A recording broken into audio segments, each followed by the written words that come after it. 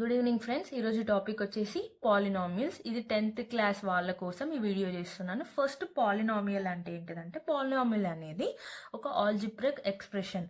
అది అనేది టర్మ్స్ తోటి మేడప్ అవుతుంది. పాలినామియల్లా కాన్స్టాంట్స్ అంటే numbers, wearables XYZ, non negative integer powers అంటే ఏంటిదంటే x⁻1, x⁻2, ఇక్కడ నేను రాసిన కదా, ఇవేమో నాన్ ఇంటీజర్ పవర్స్. ఇలా ఉంటే దాన్ని మనం పాలినామియల్ అని అంటాం. ఫర్ ఎగ్జాంపుల్గా నేను ఒకటి ఇచ్చాను, ఇక్కడ చూడండి. 4x³ 3 2x⁻2 plus 3x plus 7 ఇది అనేది polynomial. To identify is not a polynomial. అది పాలినామియల్ కాదని మనం ఎలా ఐడెంటిఫై చేయాలంటే, ఫర్ సపోజ్ నేను ఇక్కడ ఒక ఆల్జిబ్రా ఎక్స్ప్రెషన్ ఇచ్చినాను చూడండి. ఇది ఒక equation 5x - 2 plus 3x plus 1 ఇది అనేది పాలినామియల్ కాదు అని చెప్తున్నాను. ఎలా చెప్తున్నాను అంటే, అక్కడ ఎక్స్కి అంటే ఎక్స్పోనెంట్ ఏంటిది ఇది కదా, ఎక్స్పోనెంట్కి మైనస్లో ఉంది కాబట్టి అది పాలినామియల్ కాదు అని చెప్తున్నాను. ఒకవేళ ఆడ -2 లేకపోతే అది పాలినామియల్, ఆడ -2 ఉంది కాబట్టి అది పాలినామియల్ కాదు. నెక్స్ట్ సెకండ్ ఈక్వేషన్ చూడండి. 4x ప్లస్ 3x² ఇది పాలినామియల్ కాదు. ఎందుకంటే పాలినామియల్లో డినామినేటర్స్లో వాల్యూస్ అనేవి ఉండవు. ఇప్పుడు డినామినేటర్లో ఎక్స్ ఉంటే ఇది ఏమవుతుంది, ఇది -1గా కన్సిడర్ చేసుకుంటాం. సో ఇది పాలినామియల్ కాదు. నెక్స్ట్ ఇంకొకటి 2√x ప్లస్ 5 అండర్ రూట్లో ఉంటే అది పాలినామియల్ కాదు. Next 4x plus sin x. ఈ sin x అనేది ఏంటిది, ట్రిగ్నోమెట్రిక్ ఫంక్షన్ కదా. Trigonometric function sin x, cos x, cos x చాలా ఉంటాయి. ట్రిగ్నోమెట్రిక్ ఫంక్షన్స్ ఏది వచ్చినా అది పాలినామియల్ కాదు. ఓకేనా, పాలినామియల్ కాదు అని మనం ఇలా ఐడెంటిఫై చేస్తాం. నెక్స్ట్ టాపిక్ వచ్చేసి స్టాండర్డ్ ఫార్మ్ ఆఫ్ పాలినామియల్.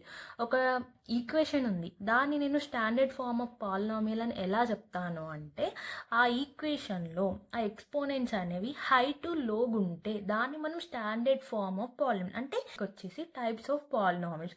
పాలినామియల్స్లో టూని బేస్ చేసుకొని మనం చెప్తాం. ఫస్ట్ వచ్చేసి నెంబర్ ఆఫ్ టర్మ్స్ ఉంటాయి పాలినామియల్స్లో. నెక్స్ట్ డిగ్రీని బేస్ చేసుకొని చెప్తాం. First number of terms based on number of టర్మ్స్లో ఫస్ట్ వన్ మోనోమియల్ అంటే ఏ పాలినామియల్ విత్ 1 టర్మ్ ఉంటే దాన్ని మోనోమియల్ అంటాం. ఇది ఎగ్జాంపుల్ 5x³ 3 ఇది ఒక టర్మ్, ఇది ఒక టర్మ్, ఇవన్నీ కలిపి కాదు, సపరేట్ ఇది ఒక టర్మ్, ఇది ఒక టర్మ్, ఇది ఒక టర్మ్ ఎగ్జాంపుల్గా. నెక్స్ట్ బైనామియల్ అంటే ఏ పాలినామియల్ విత్ 2 టర్మ్స్, ఇది ఒక టర్మ్, ఇది ఒక టర్మ్. ఓకేనా, ఇది. నెక్స్ట్ ట్రైనామియల్ అంటే ఏంటిది, ఏ పాలినామియల్ విత్ 3 టర్మ్స్ ఉంటే దాన్ని ట్రైనామియల్ అని అంటాం. ఇక్కడ 3 టర్మ్స్ ఉన్నాయి, ఇది ఒక టర్మ్, ఇది ఒక టర్మ్, ఇది ఒక టర్మ్. నెక్స్ట్ మల్టీనామియల్ అంటే ఏంటిది, ఏ polynomial with more than 3 terms అని ఉంటే, ఇది ఒక టర్మ్ 1 2 3 4 టర్మ్స్ ఉంటే దాన్ని ఏమంటాం, మల్టీనామియల్ అంటాం. నెక్స్ట్ వచ్చేసి based on degree, highest exponent of variable. Based on degree అంటే ఏంటిది, లీనియర్ పాలినామియల్ ఉంటుంది. లీనియర్ పాలినామియల్కి డిగ్రీ 1 ఉంటుంది. Quadratic polynomial, cubic polynomial. ఇవి ఏం లేదు, మీకు ఎగ్జామ్లో క్వశ్చన్ అడిగితే అది లీనియర్ పాలినామియలా, క్వాడ్రాటిక్ పాలినామియా, క్యూబిక్ పాలినామియలా అని మెన్షన్ చేయరు. కొన్నిసార్లు మెన్షన్ చేస్తారు, బట్ కొన్నిసార్లు మెన్షన్ చేయరు. మీరు ఐడెంటిఫై చేయాలి. ఏం లేదు, జస్ట్ ఒక ఈక్వేషన్ ఇచ్చింది చూడండి, 3x ప్లస్ 5 ఇచ్చిండు. ఇక్కడ ఎక్స్కి ఏం లేదు అంటే దాని అర్థం ఏంది, 1 అన్నట్టే కదా. సో ఇది లీనియర్ పాలినామియల్. ఇది చూస్తే మీరు వెంటనే ఐడెంటిఫై చేస్తారు. x² స్టార్ట్ అయింది అనుకోండి, అప్పుడు దాన్ని మనం క్వాడ్రాటిక్ పాలినామియల్ అంటాం. x² స్టార్ట్ అయింది కాబట్టి దీన్ని క్వాడ్రాటిక్ పాలినామియల్. ఇది y³ y² దీన్ని ఏమంటాం, క్యూబిక్ పాలినామియల్ అంటాం. క్యూబిక్ పాలినామియల్ అంటే 3 2 1 అలా ఉంటే దాన్ని cubic polynomial. Next relation between zeros and coefficients of polynomial. Zero linear polynomial అంటే లీనియర్ పాలినామియల్కి మీరు జీరోని ఫైండ్ చేసేటప్పుడు -b/a. క్వాడ్రాటిక్ పాలినామియల్కి 2 జీరోస్ని ఫైండ్ చేసేటప్పుడు సమ్ జీరోస్కి ఇది అప్లై చేయాలి, ప్రొడక్ట్కి ఇది. నెక్స్ట్ 3 జీరోస్ ఆఫ్ క్యూబిక్ పాలినామియల్కి 3 జీరోస్ని ఫైండ్ చేసేటప్పుడు ఇది ఈక్వేషన్, ఈ ఫార్ములా, ఇది సమ్, ఇది ప్రొడక్ట్, ఇది ఇంకొక సమ్.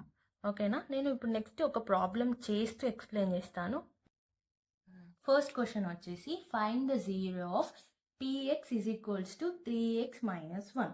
ఇప్పుడు మనకు క్వశ్చన్లో అది లీనియరా లేకపోతే క్వాడ్రాటిక్కా లేకపోతే క్యూబిక్కా అనేది ఏం ఇవ్వలేడు, జస్ట్ క్వశ్చన్ని చూసి మీరు ఐడెంటిఫై చేయాలి. సో ఇప్పుడు ఇది ఏ ఈక్వేషన్, ఇది వచ్చేసి లీనియర్ పాలినామియల్. ఎలా ఐడెంటిఫై చేసిర్రు, ఎందుకంటే ఎక్స్ ప్లేస్లో పవర్ ప్లేస్లో ఏమీ లేదు. సో ఇప్పుడు నెక్స్ట్ ఏంటిది, find the zero of P X అనేది జీరోగా పెట్టుకోవాలి. అప్పుడు ఏమవుతుంది, 3x - 1 = 0 అప్పుడు ఏమవుతుంది, x = 1/3 is our answer. Question, find the sum of zeros of 3x² + 7x + 1. ఈ ఈక్వేషన్కి మనల్ని జీరోస్ ఫైండ్ చేయమని అంటున్నాడు. ఇది ఏంటిది, క్వాడ్రాటిక్ పాలినామియల్. నేను ఎలా చెప్తున్నాను, ఎందుకంటే ఇక్కడ x² ఉంది కదా, స్టార్టింగ్ x²తో స్టార్ట్ అయితే దాన్ని మనం క్వాడ్రాటిక్ పాలినామియల్ అని అంటాం. క్వాడ్రాటిక్ పాలినామియల్లో సమ్కి ఏముంది quadratic polynomial, a + b = -b/a. ఇలా మనం రాసుకోవాలి దాన్ని. క్వాడ్రాటిక్ పాలినామియల్లో సమ్కి ఏముంది, a + β = -b/a ఫార్మేట్లో రాసుకోవాలి. ఫస్ట్ మీరు ఏం చేయాలి అంటే a = 3గా, b = 7గా, c = 1గా రాసుకొని -b అంటే ఏంటిది -7, a అంటే ఏంటిది 3. ఓకేనా, మన ఆన్సర్ వచ్చేసింది. ఇదే మనని క్వశ్చన్లో అడిగింది ఏంటిది, find the sum of zeros అని అన్నాడు. అనగానే ఆ ఈక్వేషన్ క్వాడ్రాటిక్కా, క్యూబిక్కా, లీనియరా తెలుసుకొని ఆ సమ్లో వేసేస్తే అయిపోతుంది వాల్యూ, అంతే. నెక్స్ట్ క్వశ్చన్ వచ్చేసి ఏంటి, if the product of zeros 9x² + 3x + k is 4, find k. ఈ ఈక్వేషన్ ఏంటిది, క్వాడ్రాటిక్ పాలినామియల్. ఎందుకంటే స్క్వేర్తో స్టార్ట్ అయింది కాబట్టి క్వాడ్రాటిక్ పాలినామియల్. ఇప్పుడు మనం ఒకసారి ఫార్ములా చూద్దాం. క్వాడ్రాటిక్ పాలినామియల్కి ప్రొడక్ట్ ఏమొస్తుంది అనేది. ప్రొడక్ట్ ఏమొచ్చింది, a β = c/a లాగా రాసుకోవాలి. ఏముంది ప్రొడక్ట్కి వచ్చేసి, ప్రొడక్ట్ a β = c/a ఫార్మెట్లో మనం రాసుకోవాలి. ఫస్ట్ ఏం చేయాలి, a = 9, b = 3 and c = k. ఇప్పుడు మనం c/a ఫార్మెట్లో రాసుకోవాలి కదా. c ఏంటిది మనకు, c వచ్చేసి k అన్నాడు, k/a వచ్చేసి ఎంత 9. మనకి క్వశ్చన్లో ఇంకొకటి ఏమి ఇచ్చిండు, 4 ఇచ్చిండు కదా. ఈజ్ అంటే ఏంటిది, ఈక్వల్స్ టు అన్నట్టు. సో ఇప్పుడు మీరు ఏం చేయాలి, దీన్ని 9 4s ఎంత వస్తుంది, డైరెక్ట్ చేయండి, 36 వస్తుంది. So k = 36. మనం వాల్యూ ఫైండ్ చేసినాం, జస్ట్ సింపుల్గా ఫైండ్ చేసాం, అంతే కదా. నెక్స్ట్ క్వశ్చన్, ఇంతకుముందు క్వశ్చన్లో మనకి ఈక్వేషన్స్ ఇచ్చిండు, కానీ ఇప్పుడు ఇందులో ఏమి ఇచ్చిండు, ఈక్వేషన్నే ఫైండ్ చేయమంటుండు. ఫైండ్ ద క్వాడ్రాటిక్ పాలినామియల్ అంటే ఏంటి, ఈక్వేషన్ని ఫైండ్ చేయమని చెప్తున్నాడు. మీకు అర్థమైందా నేను చెప్పింది, ఈక్వేషన్ అంటే ఏమొస్తుంది మన క్వాడ్రాటిక్ పాలినామియల్కి, ax² + bx + c. ఈ ఫార్ములా అనేది నేను ఆల్రెడీ రాశాను, మీరంతా బట్టి పట్టాల్సిన అవసరం లేదు, జస్ట్ మీకు వచ్చేస్తుంది. ఇప్పుడు మనం క్వాడ్రాటిక్ పాలినామియల్లో సమ్ చేయాలి. సమ్ అంటే ఏంటిది, పైన మనం చేసాం కదా, a + b = b/a ఈ ఫార్మేట్లో రాయండి. ఓకేనా, a + β = -b/a. అప్పుడు ఏమొస్తుంది, ఇది -2 + 1/3 -5/3. నేను సేమ్ ఇదే రాసిన.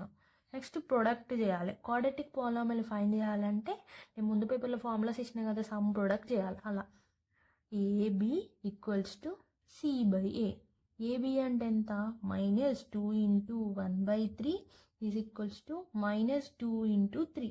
ఇప్పుడు మనం సమ్ ప్రొడక్ట్ చేసినాం. క్వాడ్రాటిక్ పాలినామియల్ ఫైండ్ చేయాలంటే ఏం చేయాలి, ఇక్కడ మనకు ఈక్వేషన్ ఉంది కదా, ఆ ఈక్వేషన్లో మీరు సబ్స్టిట్యూట్ చేయాలి. ఓకేనా, ఇప్పుడు b అంటే ఏంటిది 5. ఓకేనా, a అంటే ఏంటిది, ఇలా రాస్తుంది, a అంటే 3. ఎందుకు నేను a3 ఇక్కడ ఉంది కదా, a3. b అంటే 5, c అంటే ఎంత 2. ఓకేనా. సి అంటే 2 -2 సారీ మైనస్ పెట్టడం మర్చిపోయినా. ఇప్పుడు మనం ఏం చేయాలి, సింపుల్గా ఇందులో సబ్స్టిట్యూట్ చేయండి. 3x², 3x², ఇక్కడ మైనస్ ఒకటి ఉంది కదా, అప్పుడు ఏమవుతుంది మనకి ఇక్కడ ఏముంది, b/a ఫార్మేట్లో ఉంది. సో మనం ఏం చేస్తున్నామంటే ఆ టోటల్ని మనం ఇందులో వేసుకుంటున్నాం. 5/3x తర్వాత ప్లస్ ఇక్కడ ప్లస్ సికి ఎంత ఉంది, -2/3. ఓకేనా. ఇలా మనం రాసుకున్న తర్వాత నెక్స్ట్ స్టెప్ ఈక్వేషన్ ఫైండ్ చేయాలి కదా. అప్పుడు ఏమొస్తుంది, ఇక్కడ నేను 3 రాసిన కదా, 3x² ప్లస్ బీకి ఎంత, బి ఎంత ఉంది మనకు 5 ఉంది. ఓకేనా. 5ex plus 2. ఓకేనా. నేను ఏం చేయలేదు, జస్ట్ క్వశ్చన్లో మనని క్వాడ్రాటిక్ పాలినామియల్ అడిగితే క్వాడ్రాటిక్ పాలినామియల్ ఉన్న సమ్ని ప్రొడక్ట్ని వేసి అందులో సబ్స్టిట్యూట్ చేసిన తర్వాత వచ్చిన వాల్యూని దీన్ని బీగా, దీన్ని ఏగా, దీన్ని సీగా అనుకున్నా. జస్ట్ ఫార్ములాను బట్టి రాసుకొని ఒక ఈక్వేషన్ లాగా రాసుకున్నా. సో నేను